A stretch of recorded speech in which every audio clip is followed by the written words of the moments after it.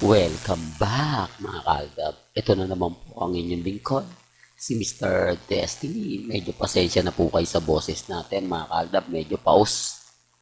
Dahil tinamaan tayo ng sipon at ubo na usong-uso ngayon. Kaya sa mga mamis, sa mga titas, konting ingat-ingat lang po. Hindi porket malakas tayo, hindi porket kumbaga masigla yung katawan natin, hindi tayo tatamaan ng sipon at ubo. Na normal lang po yan, mga kaaldab. Normal lang po yan sa mga mami, sa mga titas, at sa mga senyor. Medyo umiidad na. Di po ba?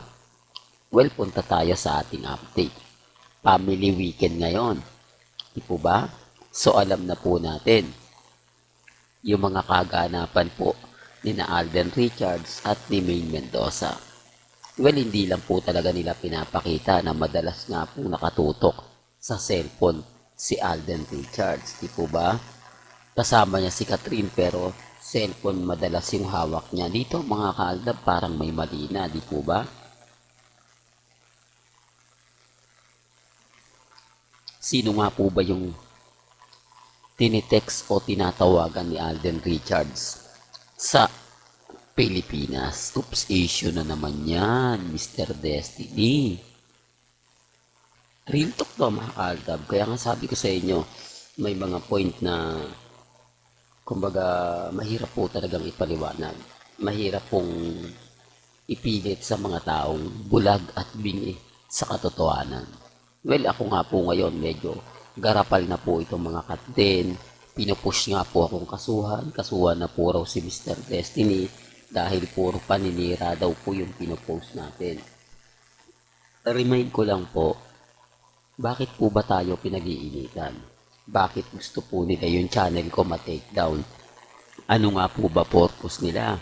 Ano nga po ba yung gusto nilang maganap at mangyari? Kasi kung titignan nyo naman po mga kaaldab, po pwede naman po silang hindi pumunta sa channel natin. Po pwede naman po na wag nilang tangkilikin yung channel natin, di po ba? Hindi po ganun nangyayari. Grabe, sinasabi nila na, alam nyo sa totoo lang po sa mga baguhan, sa mga dumadaan sa channel kung mga neutral, kung simula pa lang po, sa tingin nyo may kasalanan si Mr. Destiny, may kaso si Mr. Destiny, bago pa po yung kaso kay Mengay sa NBI na public scandal na may sex video na kumakalat nakamukha ni Mengay, kami po munang Aldab Nation. Kasi kami po yung nagpakalat na may anak po silang dalawa ni Alden Richards. Ano nga po ba yung mas matindi ron? Yung sex public scandal na hindi naman po talaga si Mengay o yung malaman ng buong mundo. Real to ka, hindi lang po Pilipinas, buong mundo na may anak na sina Alden at si Catherine. Si ano ba yan? Pasensya na po kayo. May anak si Alden at si Maine. Hindi po ba malaking insulto, malaking sampal yan para po sa dalawa?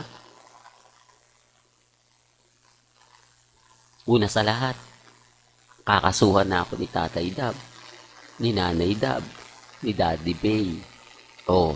Kahit wag na sila Maine at si Alden Hindi po ba? Totoo naman po yung sinasabi ko Alam nyo po ba na pumunta pa po sa NBI? For the record lang po real talk to, ngayon lang to ginawa nila Mengay dati. Si Maine, si Colleen, si Nanay Dab, at si Rams David. Si Rams David po, ang panahon na yon siya pa po yung manager ni Maine Mendoza. Siya pa po yung, kumbaga, humahawak sa kanya. Hindi pa si Marduso. Ngayon, mga kaaldab, si Marduso na humahawak kay Mengay Diba? Pero sinasabi ko lang po yan noong mga panahon po ng kasagsagan po ng issue kay Mengay.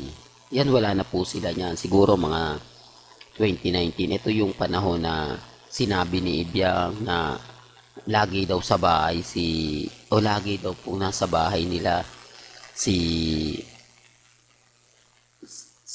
Maine Mendoza. Ito po yung magpapasko mga December 2019.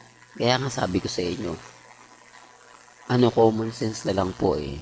Po ba, sa mga nagsasabi ng fake news ako, hindi totoo sinasabi ko, bakit po hinahayaan nila hanggang ngayon?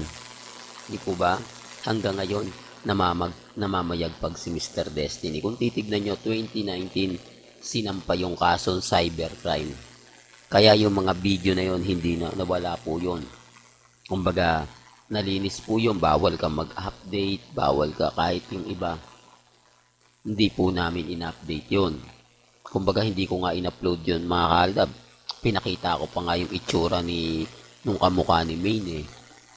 Oo. Kaya ang sabi ko sa inyo, kung gusto pong kasuhan, napakasimple lang kasi 6,000 o 7,000 video po ang nahawa, ang in-upload ni Mr. Destiny since 2015 o hanggang 2016. Kaya nga yung iba nagtatanong, bakit nga naman tumagal si Mr. Destiny kung hindi totoo yung sinasabi niya? Bakit kinakailangan pang, kumbaga, humaba yung channel niya kung po pwede naman pong putulin na habang maaga pa? Yan po yung simpleng katanungan. Yan po yung simpleng, kumbaga, mapapaisip ka. Kaya remind ko lang po, dun sa mga nagsasabing fake news ako, sa mga nagsasabing ganito, ganyan, etc., etc., okay lang po yan. Ang importante lang naman po, maging updated kayo, maging ganap, lalo na nga po kapag may mga nangyayari at nagaganap. Di po ba? Kaya sabi ko sa inyo, remind ko lang sa mga nagsasabi, hindi, fake news ka, Mr. Destiny. Lahat ng sinasabi mo, hindi totoo. Lahat ng pinapaliwanag mo, walang kwenta. Okay lang po yan. Kasi ako naman po, hindi ako nagpapatinag. Hindi ako nagpapatalo sa mga bagay-bagay na alam naman po natin ang buong istorya at buong kwento. Kaya nga po lagi kong sinasabi sa mga mami, sa mga titas, na simula po 2015 hanggang 2019, sila lang po yung nakakaintindi kay Mr. Destiny. Sila lang po talaga yung totoong nagmamahal kay Mr. Destiny. Galit lang po sila kasi nga po yung mga mamis hindi bumibitiw. Hindi natitinag. Yung mga army, mga katden, apektado sila. Bakit? Dahil mas marami pa rin po naniniwala sa Aldab Nation na darating yung tamang panahon, na darating yung punto na kami pa rin po yung mananalo. Kami pa rin po yung wagi. Kasi hindi naman po kami binabasag eh. Kung titignan nyo yung pinagmamalaki nilang interview ni Alden kay Tony Gonzaga, panoorin nyo po yung buong istorya. Hindi yung kinakat lang po nila. Di po ba? Hindi mo po kasi pwedeng i-upload ng buo yun eh. Punta po kayo, ikakat nila yun, kukunin lang nila yung etc. etc. ganito. Pero kung napanood nyo po yung full video,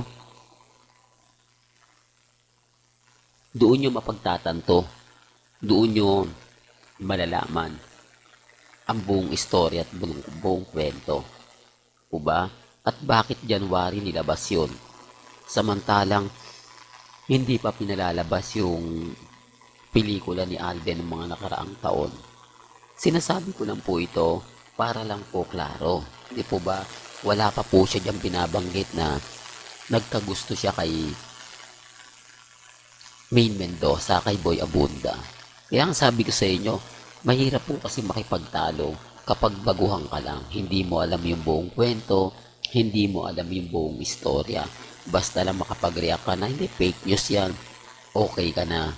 Pero paano nyo masasabing fake news kung hanggang ngayon matatag at nakatayo po si Mr. Destiny, na po pwede naman po nila akong basagin, na po pwede naman po nilang, kumbaga, kasuhan. Di po ba? Ang dali lang naman po, i-report lang naman ako ng pamilya, di po ba? Kukunin yung mga video ko, pinaka-ebidensya, o, di po ba? Tapos ipapasa nila sa NBI, o, syempre, ano na yun eh, boses ko yun. Ginawa ko yun, di ko naman pwedeng hindi deny, sabihin na hindi ako yan. Po ba? Pero bakit hindi po nila ginawa? Common sense na lang po sa mga nagre-react at nagko-komento na puro daw lang po ako paasa, puro lang daw ako fake news. Wala naman pong problema. Ang importante lang naman po, maging updated lang. Bubay lang naman po yung mahalaga eh. Basta relax lang po kayo at kampante. Hanggang dito na lang po ang ating latest updates. Kaya kung gusto niyo pa po ng pinaka-latest at sariwang update, abay tumutok lang po kayo dito po sa channel ni Mr. Destiny para updated po kayo sa mga latest at sa mga bagong video po na ilalabas po natin maya-maya lang.